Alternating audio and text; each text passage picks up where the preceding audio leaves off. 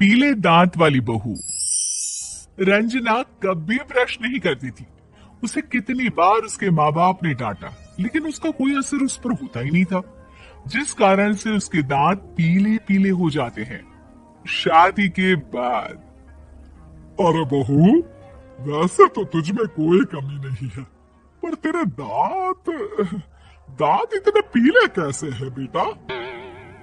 कैसे है मतलब? कोई सर्जरी थोड़ी ना कराई है। वो तो क्या नाम, मैं ब्रश नहीं करती थी तो पीले हो गए। अब क्या करूं?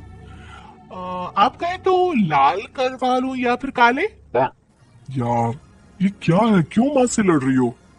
लड़ रही हूँ? अरे मैं लड़ रही हूँ या ये बोल रही है कि दांत पीले है, पीले? अरे तपस्या थोड़ी ना की है इन्हें पीले करने के लिए। बकायदा ब्रश नहीं किया है 20 साल तक, तब जाकर। छी, कैसी बात कर रही हो? ये उस वक्त तो पीले नहीं थे जब हम लोग तुम्हें देखने आए थे। अरे तब साफ करवा लिया होगा डेंटिस्ट के पास जाकर। अब देखो कैसे पीले पीले लग रहे हैं। रंजना सास की तरफ गुस्से से देखती है। फिर शुरू हो गई पीले पीले पीले।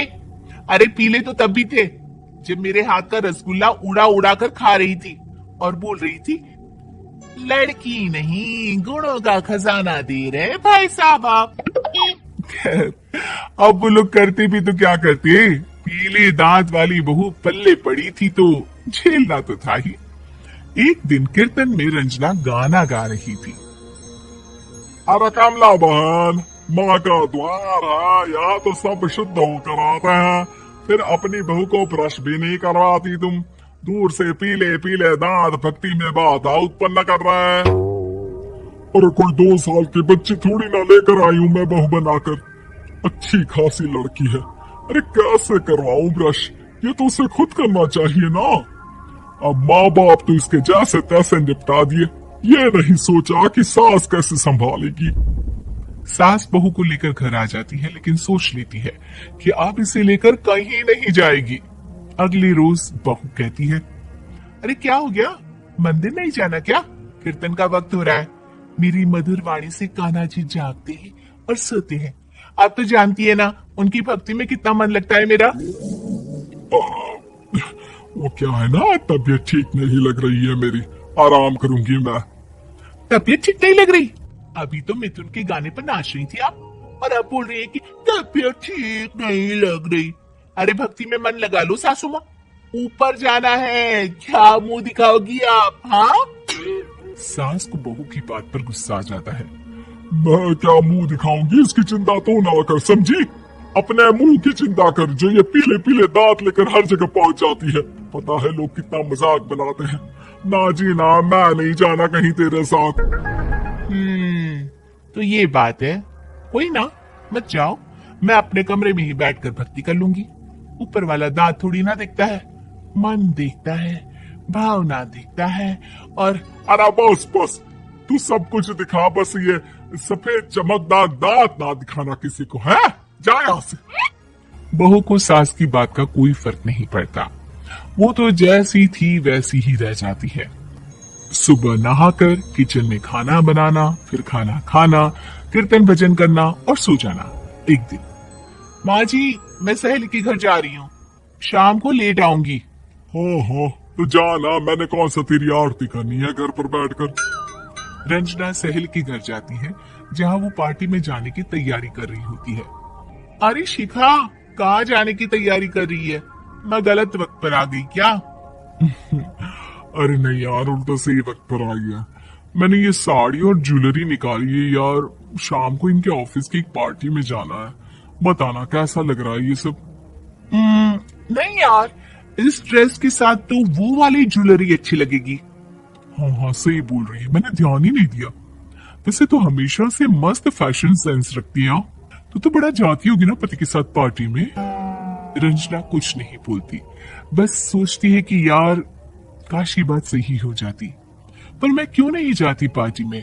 क्या इन लोगों की कोई पार्टी होती नहीं होगी? रंजना घर आती है और रात में पति से सवाल करती है, एक बात बताइए, आप मुझे किसी पार्टी में क्यों नहीं ले जाते? क्या आपकी यहाँ ऑफिस में पार्टी नहीं होती? पति बेचारा क्या कहता कि दांत पीले हैं तुम्हारे इसलिए। अरे कोई पार्टी होती नहीं हम लोगों के ऑफिस में, तो कहाँ से लेकर जाऊं? और मार्केट, मॉल, कहीं वीकेंड घूमना, कहीं तो अरे यार सारे हफ्ते में एक छुट्टी मिलती है, तो सोचता हूँ कि आराम ही कर लूं। क्यों? रंजना मन मार के रह जाती है। पहले कभी सास के साथ मंदिर जाया करती थी, लेकिन वो भी सास ने ले जाना बंद कर दिया। घर बैठी बैठी रंजना बोर हो जाती है। तभी उसे आइडिया आता है और वो मायके जाने का सोचती है। सासू माँ, 2 दिनों के लिए मम्मी के घर जा रही हूँ। अच्छा अच्छा ठीक है, आराम से जा। और हाँ, माँ से कुछ अच्छी आदत सीख कर आना कि कैसे शरीर के हर भाग की तरह दांतों की सफाई भी जरूरी होती है, समझी? शुरू हो गई ना आप? वो लोग आपकी तरह नहीं है कि छोटी छोटी बात का बतंगड़ बना दे। उन लोगों के लिए मैं मायने रखती हूँ, ना कि मेरे पीले पीले दांत। रंजना माँ को बिना बताए उन लोगों को सरप्राइज देती है, लेकिन जैसे ही वो दरवाजे पर पहुंचती है, अंदर देखती है कि घर वाले कहीं जा रहे होते हैं।